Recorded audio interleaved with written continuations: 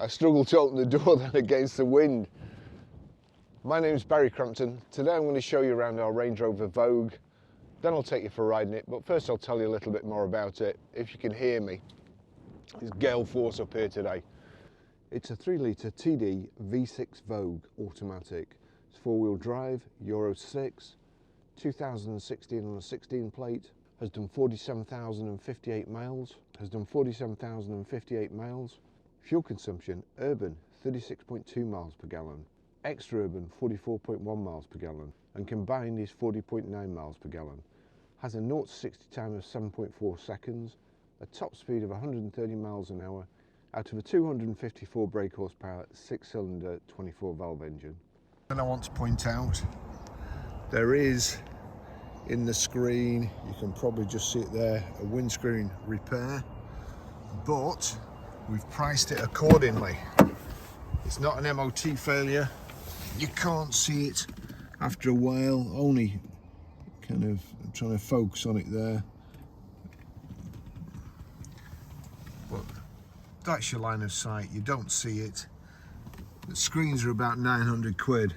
If you want a screen, then that would be extra, but we took the view that people would rather have the 900 quid and put up with that, because there's no saying that you couldn't drive up the road with a brand new windscreen and get stone chipped straight away. So long as you know. Absolutely beautiful car. My favourite car, love them. You won't get anything that drives any better than this. Don't let anybody tell you any different. Best car on the road. So we've got keyless lock, keyless entry, lock the door. As long as you've got the key on you, just touch the little button there and it'll lock. You come back to the car, as long as you've got the key on you again, hand behind the lock, the handle, and that's it, in the car. Got the lovely silver blade and the silver contrast roof as well. Looks absolutely fantastic. Multi-spoke 21-inch alloys as well. High pressure headlamp wash, silver grille, front parking sensors in the bumper there, and the little chin spoiler. Range Rover. Glass panoramic roof, black window surrounds, the rear privacy glass, integrated rear tailgate spoiler, reversing camera is just there. Power open, power close tailgate. When you open it with the key, this bit folds down as well. And it's, as you can see, it's, having said that, I have lost weight, but it's well strong enough to sit me on and another person. Really well built Range Rovers. They are fantastic. This has got something else as well. I'll just show you. It's got a hard rear load cover, the heavy duty rubber mat, little button there. If you click the little button, the bottom bit goes up. If you click the top button, they both shut. Or if you close it from the key here, again, they both shut. Now, this little button there, switch on. Get your legs away from here, because it comes out with a bang. And if you catch your shin on that, you'll know about it. So deployable tow bar too.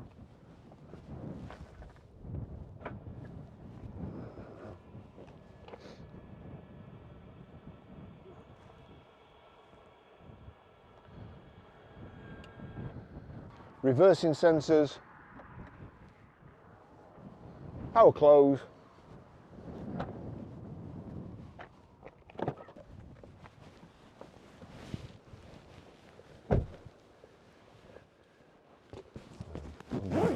undo my jacket. So bags of room in the back here, full size seat, the headrest, you don't have to mess about with them like you do in the Range Rover Sport and just push it up. The full panoramic roof here, nice light and airy. It's also not just the fixed glass panel, it's the tilt and slide glass panoramic roof, heavy duty rubber mats in the back. lovely, absolutely like new. You've got your own controls in the back here. Looks like it's 4-zone climate control. Heated seats on either side. Just a really nice place to be. Rear central armrest. Get that out of the way. 2 cup holders, and just there's such the ooze quality Range Rovers. They're just beautiful. The Isofix rear chassis anchor points, the 3 inertia rear belts. This is my favourite part. Let's go for a ride.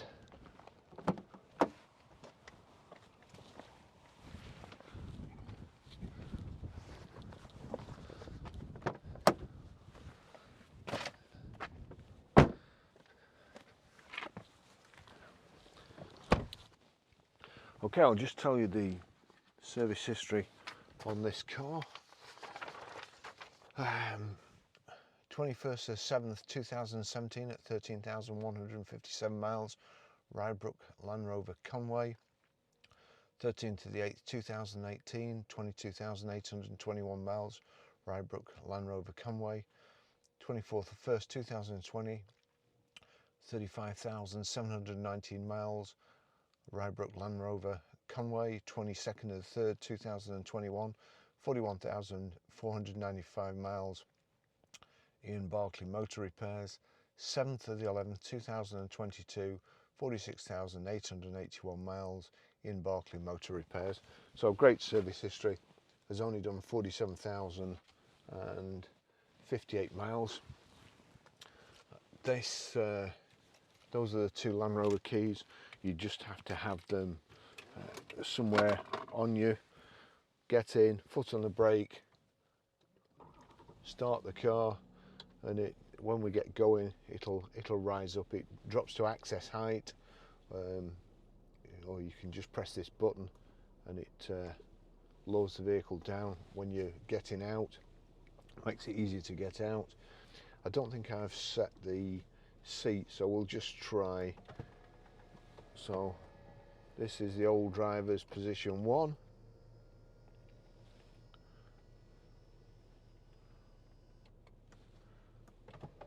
Position 2. There you go. So the person who drove this before, big car, person who drove this car before was, to be honest, sat too near the steering wheel, because you're supposed to be at least 10 inches away from an airbag. Anyway, we'll get it comfortable for me. So electric seats, they're also heated. I've got them on at the moment. Let's just do the backrest and the mirrors. Let's see, just that mirror's about right. Passenger 1, yep. Steering wheel electric. That's right for me. Now we'll set that position 1. So just click the M and 1. It's bonged, and that's it. So GoPros.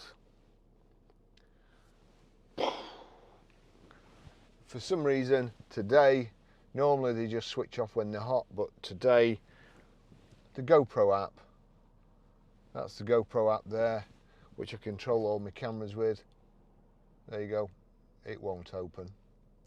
Fine yesterday, today not. Now just bear that in mind when you get one of these, or when you're thinking of getting one of these electric cars where everything's controlled from an app. Useless, absolutely useless. GoPros, supposed to be action cameras. They don't like it when it's too cold, and they don't last. I was doing a video last week, 5 minutes overheated, and that's with a battery that big. Just imagine electric cars.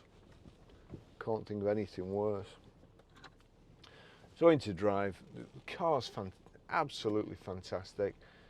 Going over, and I've been driving my Citroen Ami for the last 3 weeks. hardly been able to do any videos. In fact, I've not been able to do any proper videos of our cars because the weather's been too bad. By the time I get up here to do them, the car's filthy, like the last Land Rover, the Range Rover Sport I did. It was filthy when I got here, and the car was absolutely mint when I set off. So we've got heated steering wheel as well. We'll get that on. And again, after driving the Army, you can bump. You're driving, and you're like that driving. You get in this, and you just relax and go with the flow. Beautiful thing. As I say, what fantastic value for money they are. The suspension is tremendous. This road is really rough here, and we just glide over it with a minimal of vibrations through the steering wheel and the car for the passenger and the driver. And it's we're doing 40 miles an hour, just wafting along. Got Bluetooth hands-free, Bluetooth audio streaming, so power folding door mirrors. There, that goes. Oh, anyway, so back to the GoPros. This video may well be a complete dog's dinner because I haven't got my reading glasses with me. I didn't think I'd need them, so I've had to set all the GoPros and delete all the previous footage manually, and then try to set them up using the little screens instead of using my phone and just turning them to exactly where I want. I have to say, I am unbelievably fed up with GoPro, and but the good thing is, the more I have to do with GoPros, the more I'm determined to keep a petrol or diesel car, because someday you'll all be driving around in your electric car and some Russian hacker will switch it all off or crash you into the nearest wall.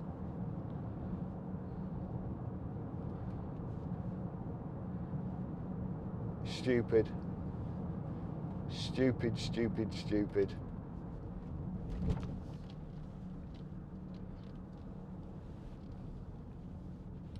Again, coming up on the motorway, way above everybody. It's just so pleasant to drive. Kind of not a care in the world in one of these. Bags of room, like your favourite armchair. So I've got heated seats on the heated steering wheel, and just brilliant. I've got the climate set at 22 I thought I had it set at, but anyway, 21. Keep the GoPros cool so they don't go off, hopefully. But I'm toasty. The seats lovely and warm, and so is the steering wheel. If you are a tower, you've got the deployable tow bar there. Click the switch, well, two switches. You switch it on, click the switch, comes down, and the same to knock it off. Car looks an eyeful, great colour combination. I think it's Santorini black. No, it'll be the later black, which I can't remember the name. And the silver roof. The Vogue, it's the suspension's more forgiving than the Sport, or seems to be.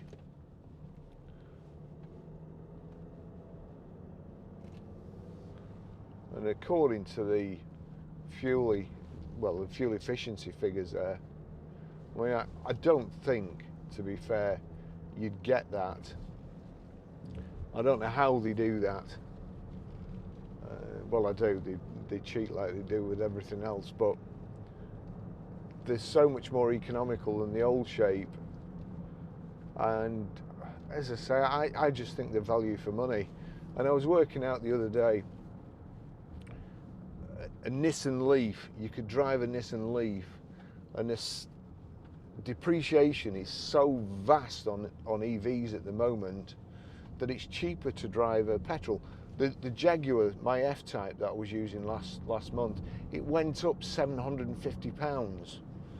Well, that's a lot of petrol. Whereas a Nissan Leaf went down, gosh, what was it? Well, two grand, I think it was. A £7,000 Nissan Leaf went down to 5,000. Imagine how much fuel you could buy in that if you had an equivalent size car. So all these EV evangelists, the EV angelists, all they bang on about is how cheap it is to charge. Well, it is cheap to charge, but there's no point in having a car that's cheap to charge, that's tanking, that's dropping like a stone in cap and on Auto Trader, and that garages won't take in part exchange. You know, lots of garages these days have a no EV policy and no EV in part X, and virtually all the stock are EVs, that the new ones that they've got to sell, but they can sell new EVs and tell you that they're the best thing since sliced bread. But if you've got an EV, I'm sorry, I'm sorry, we don't take EVs in. So it must be very frustrating for the salesman at the moment. It's the whole business is laughable. I was chatting to somebody the other day, a sales manager, and they've just got a new EV launch. Now, normally, when you've got a new car coming out, you contact all your old customers, anybody you think might be in the market, and invite them in and get them bums on seats, get them to drive it, get them out in the car, show them all the new features and how economical it is, and tell you why you'd be better swapping your car and how much you'd save and all the safety features. But they're not having a launch because they don't want the people who they've sold EVs to come back and say, oh, well, how much for mine? I used to work with a guy called Steve Galloway, and he used to walk around the showroom going, how much for mine? Because that's, you'd do all this, you'd present your car, and then the customer would look at you and go, how much for mine? Especially if it was a farmer, somebody from around here. How much for mine? And then you'd think, oh no. So that's it with the EVs. Any cars, we've not sold any EVs. Any car that we've sold you, bring it back. We'd love to take it in part exchange. So in fact, this one, the chap has actually bought a new, I think he's bought a new Discovery. And the new garage weren't giving him enough for his car. We sold it him 2 years ago, and he rang us up and asked us if we want to buy it back, and yes, yes we do. We're looking for stock. We're looking for petrol and diesel stock. That's what we sell, that's what we like. And we bought it back straight away. It's beautiful. My Citroen Ami, I got it as a reset button because I normally drove around in a Range Rover Sport or Range Rover Vogue, and then you get in another car and nothing drives like this. Nothing is good. Bentley Continental, maybe, but I think I prefer a Vogue to a Bentley Continental the way it drives. Perhaps the Continental shades the Sport, but not the Vogue. So consequently, I was driving around in one of these, and I'd come up in a really beautiful car, great service history, low mileage, and I'd think, ooh, it's all right, but I can't wait to get back in my Range Rover. Whereas now I'm driving around in Miami, and I jumped in an Evoque the other day, and I got in this Evoque, and I thought, wow, this drives like a Rolls Royce. So all I'm trying to say is this Range Rover spoiled me for doing road tests and reviews, And if you buy a Range Rover, you won't want another car. Some idiot that sent me a message on Twitter the other day to say that EVs, all the vehicles coming in from China will be the death of Jaguar Land Rover. They won't. They'll be absolute shit. There'll be a copy and a cheap knockoff. These cameras, I think they've come from China. I think they're probably made in China, honestly.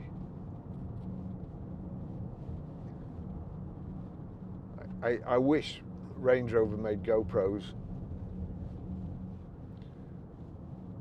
and I wish they were as well made, well put together, and worked as easy and intuitively as Range Rovers do. So easy, everything you do, everything's set out nice and easy. Sat-nav's dead easy to use, it's dead easy to knock off. That's the sat-nav. So, nice and easy to switch on, easy to program, destination entry. It's on, you've no trawling through the menu to try and find it. And then when you want to knock it off, all you do is, when you're near a home, you see there it's not set, but just there it would say stop directions, or you just click that and it stops. You know, you're not driving along trying to shut it up. Just fantastic.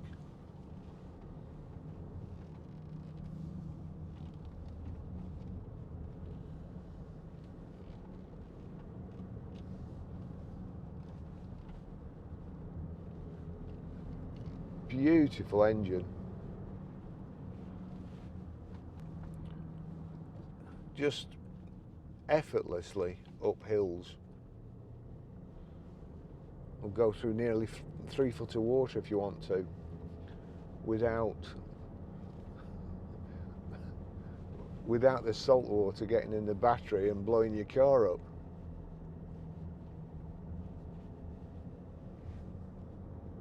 We've got here, got this nice big armrest here, but you've got this one as well if you're a bit slimmer,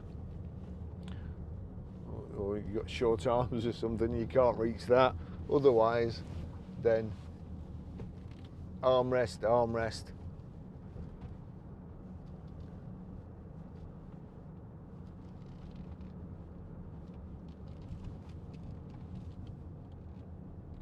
Just lovely. The effortless power. The split tailgate.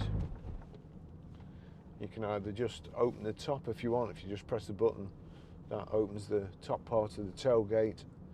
There's another button to drop the bottom part. You can sit there having a picnic, a flask of coffee. The tailgate's out, protects you from the rain. Here we go. I'll just put while that guy's in front on the bike.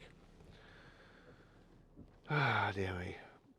Oh, you've got sport there. That's stop start, so we'll knock stop start off. This is hill descent, so we'll knock hill descent on. Green, Range Rover going downhill there, and I just let my foot off the accelerator, and it's going downhill. I'm not touching the brake, I'm not touching the accelerator, and we can actually increase the speed with the cruise control. So we'll turn the cruise control up there, and you'll see we're starting to go faster, and when we get to the desired speed, it stops it again, slows it down. But that's it. We'll knock hill descent off and then get going. I just wanted to slow us down because there's a cyclist in front, and when I was coming up here this morning, the traffic was fairly bad coming this way. We're on a road where there's only room for one car on this side and one car on that side, and there's a cyclist in front of me. Can't overtake. I can't give him a yard to overtake, so I'm stuck behind him. Eventually there's a gap in the traffic on the other side. I overtake, the lights in front of me change, so I move over to make sure he can't get past me, which is what they usually do, come up the inside then go in front of you. What does he do? He just rides round me and goes through the traffic lights on red, which meant he's in front of me again. Fortunately, when you're in the Range Rover, stuff like that just washes over you. And I was nice and early. Now, that was before I got. If this guy does this to me now, after I've spent nearly an hour trying to get my GoPros working, and I've got a load to do when I get back to the garage, it might be a different thing. I might not be so calm. Oh, the sound system. Meridian speakers. The sound system is awesome. Actually, I'm just going to pull up here. And here, you see there, I would never consider going down there in just a saloon car. A huge drop, right? I'm going to put it in park. I tell you what, I'm even going to switch it off just in case, because I'm going to touch my phone. So I'm switched off, I'm parked. Don't go reporting me to the police. Let's see if we can find a record, music. Let's see, line of danger zone. Oh, I'll go on, we'll do that. Oh, start the car. Into drive. I'm going to put the audio on. Here we go. Listen this. Kiss me hard before you go. The sound system in this is absolutely fantastic. If you like music, actually, I'm going to do a TikTok video, and I know the record I'm going to use. So I'll put a link to the TikTok video, because you can't play music on here on YouTube because it gets cut off, but you can on TikTok. So I'll just do a drive with a record on, without me speaking, which will be a blessing to a lot of you. And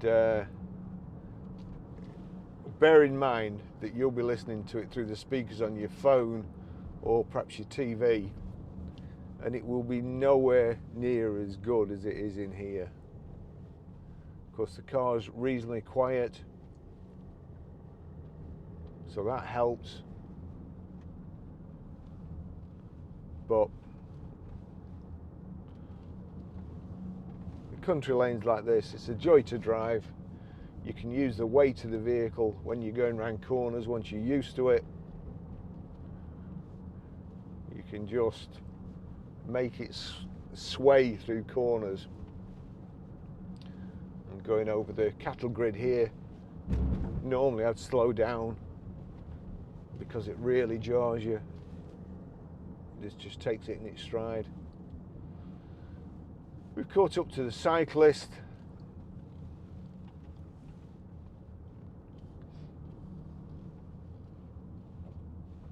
Yes, I thought I just saw a little flash down there, and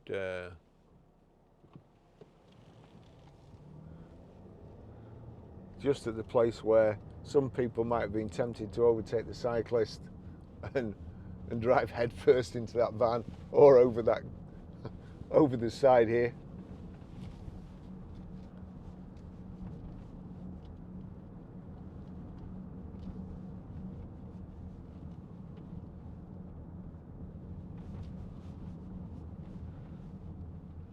It is quite funny because you're stuck behind them going uphill, and then when you've got a chance to go overtake going downhill, they pedal at about 5 miles an hour going up the hill, and then they get to the top, like now. I can't see, thank you.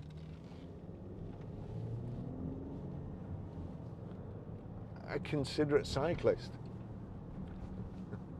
I take it all back. So here we go. I'll finish the test drive there. Beautiful car.